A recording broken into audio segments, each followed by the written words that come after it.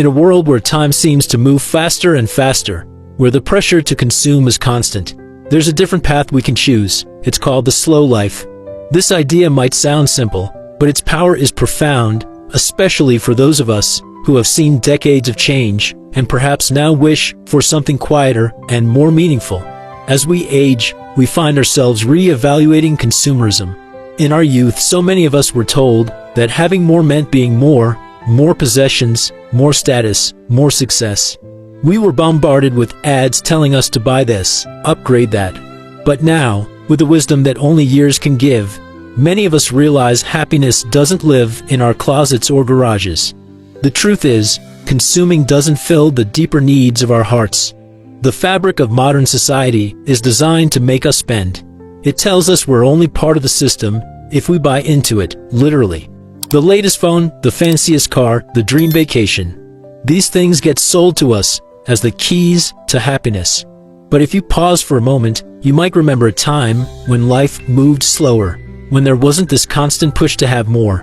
And there's a way out. We don't have to stay on this treadmill.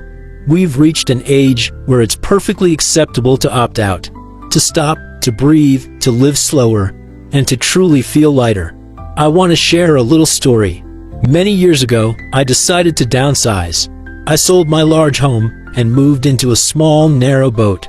Now, if you know anything about narrow boats, you'll know they're tiny, 50 feet long, and less than 7 feet wide. Not much room for clutter, right? So, I had to make some hard choices. Boxes of things I hadn't touched in decades, appliances I didn't even remember owning. At one point I realized I had 5 coffee makers. It felt impossible to part with so much. But once I started letting go, something shifted. I felt lighter, freer, as if I was letting go not just of old furniture and knickknacks, but of years of unnecessary weight. It was like Atlas shrugging off the sky. Even if you're not planning to move, I encourage you to try this. Walk through your kitchen, your closets, your garage, see what you truly need, and gently let the rest go. You'll be amazed at how much clearer your mind feels when your space is simple and your surroundings aren't shouting for your attention. Now, don't get me wrong, I'm not against capitalism. It's a system that has its place. Businesses create things we need and want, and they make a fair profit for doing so. If someone bakes bread and sells it to me for a bit more than it costs to make, that's fair. They do the work, and I get to enjoy fresh bread. The problem comes when we start buying for the sake of buying. The beauty of capitalism is that it encourages competition, but the dark side is the constant chase for more. Another new phone, a fancier jacket, some shiny thing we didn't even know we wanted until an ad told us we should. But the older we get, the clearer it becomes. So many things we thought we needed were never really needed at all. Life isn't about chasing trends. It's about experiences, relationships, and moments of peace. Choosing to live more simply in this complex, noisy world isn't always easy. It goes against the grain.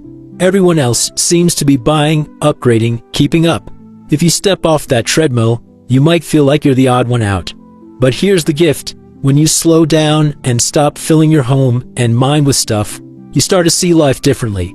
The rustle of leaves in the breeze, the warmth of the sun on your face, the quiet moments with a cup of tea. These can't be bought. They're priceless. And they bring a richness that no expensive gadget ever could. Living simply doesn't mean depriving yourself. It means making intentional choices, choosing what truly brings you joy, and letting the rest go. Friends and family might not understand right away. They might wonder why you're giving things away, or why you don't want the newest whatever. But over time, the peace you feel will speak for itself. You'll find that the simple life, while unconventional, is a path to a deeper happiness. As we age, what makes us happy often changes. Those grand, flashy experiences may not hold the same magic they once did. Instead, we find joy in the little things.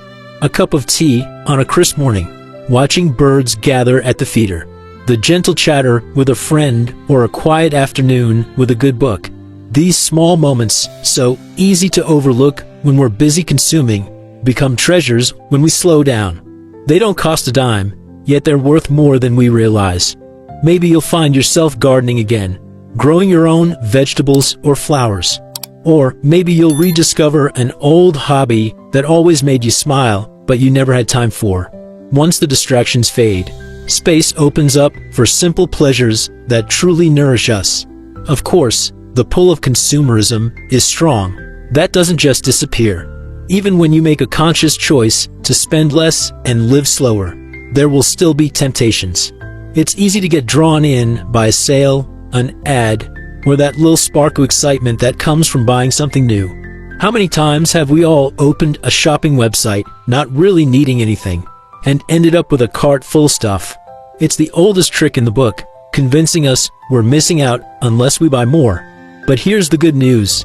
Like any habit, resisting gets easier with practice. Start small. Go a day without buying anything. Then 2. Then a week. Over time, you'll feel that itch to shop fade away, and you'll feel more content with what you already have. When you stop spending so much time and money acquiring things, you'll notice you have more space in your life, and not just in your cupboards. What will you do with that space? That's the beautiful part. You get to fill it with things that truly matter. Maybe you'll take up knitting, or go for a walk in the park every morning. Maybe you'll spend more time with your grandchildren, telling them stories from your youth, passing on the wisdom you've gathered. Or maybe you'll finally dive into that hobby you always loved but never fully pursued. When you stop focusing on things, you start focusing on doing. And these simple actions bring a sense of joy and purpose that no shopping spree can match. Of course, living differently in today's world isn't without its challenges. We've all been conditioned to believe that success means having more, a bigger house, a newer car, fancier clothes. It's hard to shake that belief, and when you choose to step outside the system, you may feel a bit lonely or misunderstood.